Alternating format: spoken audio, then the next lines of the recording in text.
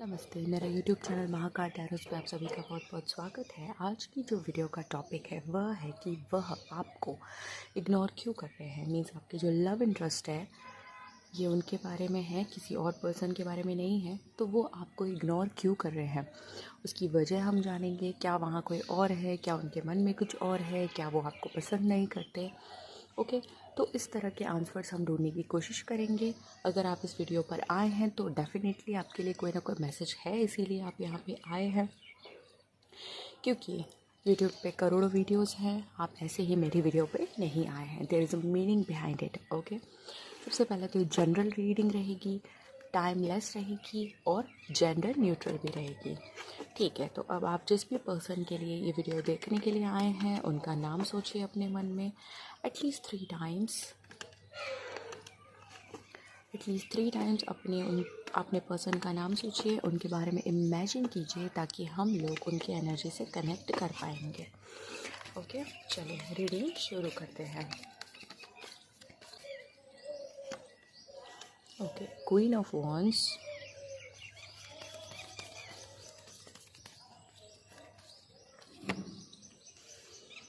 Emperor,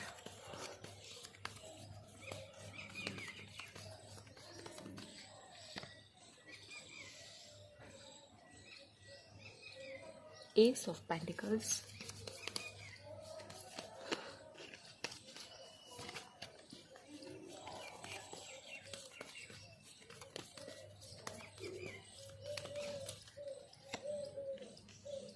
king of cups,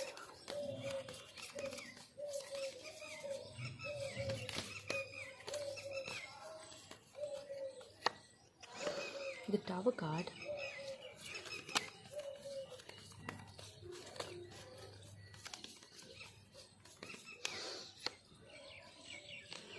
S of swords.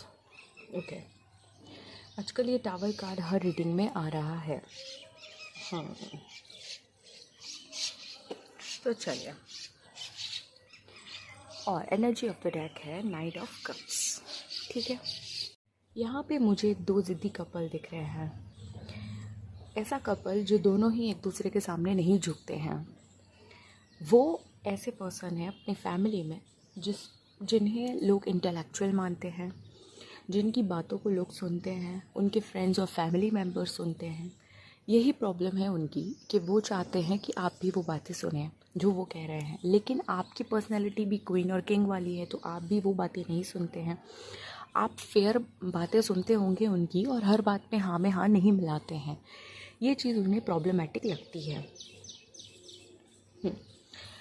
वो चाहते हैं कि आप सब चीज़ें मानें, आप चाहते हैं कि मैं सब नहीं मानूंगा या नहीं मानूंगी, और ये आपको भी पता है। आप एक फेयर प्ले करने वाले पर्सन हैं। आप ऐसा नहीं है कि हाँ मैं हाँ मिलाऊंगी हर टाइम पे, तुम जो कहोगे वही मैं करूँगी या करूँगा। वो पर्सनैलिटी आपकी भी नहीं है। इस वजह से आप दोनों में कॉन्फ्लिक्ट्स बहुत ज़्यादा होते होंगे। लेकिन इतने सारे कॉन्फ्लिक्ट्स के साथ भी आप दोनों के बीच में प्यार भी बहुत ज़्यादा है। ऐसा नहीं है कि सिर्फ झगड़े ही होते होंगे, कॉन्फ्लिक्ट्स ही होते हैं। आप दोनों के बीच में प्यार भी उतना ही है। आप दोनों का बॉन्ड स्ट्रॉन्ग है। वो आपसे बहुत प्यार करते हैं और आप भी इमोशनली बहुत अटैच्ड हैं उनसे। बस बात ये है कि आप दोनों का जो रिश्ता है उसका जो फाउंडेशन है वो उतना स्ट्रॉन्ग नहीं है। किसी रिश्ते को आगे बढ़ाने के लिए उसको उस एंड तक ले जाने के लिए 2 लोगों को एक दूसरे पे ट्रस्ट होना चाहिए, 2 लोगों का एक दूसरे पे सपोर्ट होना चाहिए, 2 लोगों को एक दूसरे के प्रति सरेंडर की भावना होनी चाहिए। लेकिन यहाँ पे वो भावनाएं नहीं हैं। तो एक रिश्ता जो है वो प्यार है यहाँ पे, लेकिन आपको जो जेन्युइन सपोर्ट करना है एक दूसरे का वो यहाँ पे नहीं है। उसकी कमी है यहाँ पे। रिश्ते का फाउंडेशन अगर स्ट्रॉन्ग नहीं होगा तो आप उसे आगे नहीं बढ़ा पाएंगे। यही बात आपके पर्सन को भी लगती है और आपको भी पता है, लेकिन झुकने को कोई तैयार नहीं है। कोई ऐसा नहीं है जो ये कह रहा है कि ठीक है चलो मैं तुम्हारी बात मानती हूँ, चलो मैं तुम्हारी बात मानता हूँ। इस वजह से ये रिश्ता आगे बढ़ नहीं पा रहा है और वो वहीं पे ठहरा हुआ है, अटका हुआ है। ठहरा नहीं, अटका हुआ है। ओके, वो आपसे शादी करना चाहते हैं। आपके मन में भी उनको लेकर शादी का भाव है, क्योंकि किंग ऑफ कप्स का कार्ड आया यहाँ पे। कोई इतना कप्स के कार्ड में भी कोई और कार्ड आता तो मैं कहती कि इतना इमोशनल बॉन्ड नहीं है, इतना स्ट्रॉन्ग अटैचमेंट नहीं है, लेकिन यहाँ पे जेन्युइन फीलिंग्स हैं, और वो भी जेन्युइन और रियलिस्टिक फीलिंग है, तो मैं इसे मना नहीं कर सकती। ओके, वो आपके साथ में एक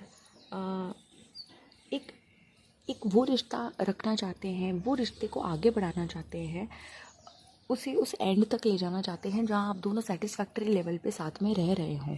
लेकिन ये दोनों लोगों के सोचने से होगा। वो चाहते हैं कि आप झुक जाए, आप चाहते हैं कि वो झुक जाए, और इस वजह से दोनों बातचीत नहीं कर पा रहे हैं और चीज़ें इग्नोरेंस तक आ गई हैं।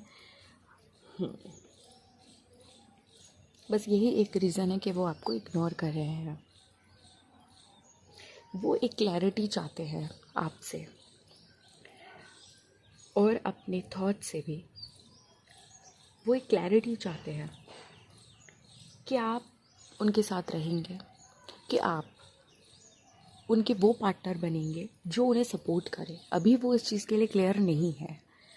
देखिए, कोई रिश्ता जो है आगे बढ़ाने के लिए हम तब सोचते हैं जब हमें उस पर पूर्ण विश्वास हो, जब हमें ये लगे कि हम दोनों इस चीज़ को आगे बढ़ा सकते हैं, बहुत आराम से बढ़ा सकते हैं। अभी उनके मन में वो चीज़ नहीं आई है, उन्हें लगता है कि ये रिश्ता कॉन्फ्लिक्ट से ही चलेगा, इस वजह से वो भी कंफ्यूज है, उनके मन में क्लैरिटी नहीं है। और जब इंसान के मन में क्लैरिटी ही नहीं है तो वो आगे पैर नहीं बढ़ाएगा। ओके, वो रिस्क नहीं लेंगे, और इस वजह से वो आपसे दूरी बना के बैठे हैं कि आप भी उनकी बातों को समझें। ये मैं कह रही हूँ कि कोई भी रिश्ता बिना विश्वास के, बिना सपोर्ट के आगे नहीं बढ़ता है। दोनों को बराबर चलना पड़ता है। एक पहिया बड़ा हो छोटा हो तो ऐसे नहीं चलता है। दोनों को समान रहना चाहिए और एक दूसरे के लिए सरेंडर होकर रहना पड़ता है। मैं ये नहीं कहती कि सब में हाँ कहना चाहिए, लेकिन समझने या समझाने का भाव भी अप्रोप्रिएट होना चाहिए। ऐसा नहीं है कि एक दूसरे से सिर्फ झगड़े करके बात की जाए। आपको यहाँ बातचीत करने की ज़रूरत है, दोनों को ही। और इसकी शुरुआत आप एक छोटे काम से कर सकते हैं, जैसे कि छोटी फ्रेंडशिप के तौर पे आप बातों को आगे बढ़ा सकते हैं। पहले एक दूसरे के अच्छे दोस्त बनिए, उसके बाद आप आगे रिश्ते की बात सोचिए। शादी के बारे में आप तब सोचिए जब आप एक दूसरे के अच्छे दोस्त हो।